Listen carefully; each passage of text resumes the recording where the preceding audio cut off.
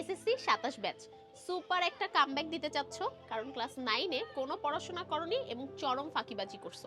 আর সামনে এসএসসি পরীক্ষার একটা ভয় কাজ করছে। আজকের ভিডিওতে 3টা টিপস শেয়ার করব, যেটা তোমার লাইফকে অনেক ইজি করে দিবে এবং এসএসসি পরীক্ষার রেজাল্ট ভালো করতে অনেক বেশি হেল্প করবে। সো টিপস নাম্বার 1, অগোছালো পুরাতন পড়া পড়বা নাকি নতুন পড়া পড়বা? অবশ্যই পুরাতন পড়া এখন পড়ার দরকার নাই। নতুন বছর শুরু হয়েছে, সবার আগে নতুন পড়াগুলো সুন্দর করে পড়া স্টার্ট করো, এরপরে পুরাতন পড়াগুলো গুছিয়ে নিও। গ্রুপ সাবজেক্ট নাকি জেনারেল সাবজেক্ট? অবশ্যই এখন গ্রুপ সাবজেক্টগুলো আগায় নিবা।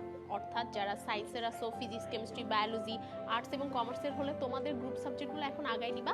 মেন সাবজেক্টগুলো পাশাপাশি অল্প অল্প করে পড়তে থাকবা, কিন্তু গ্রুপ সাবজেক্টে যখন তুমি একটা ভালো পারদর্শী হয়ে যাবা, তোমার কিন্তু কনফিডেন্স লেভেল অনেক বেড়ে যাবে।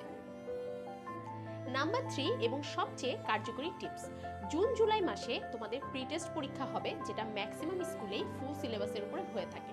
সো আপাতত তুমি টার্গেট করবে প্রি টেস্ট, এরপরে টার্গেট করবে টেস্ট, এবং এই প্রি টেস্টের জন্য তুমি 6 মাসের টাইম ডিউরেশনের মতো টাইম ধরে হাফ হাফ অংশে ভাগ করে, অর্থাৎ 3 মাস অংশে ভাগ করে তুমি তোমার পুরো প্রস্তুতিটাকে গুছিয়ে নিবে।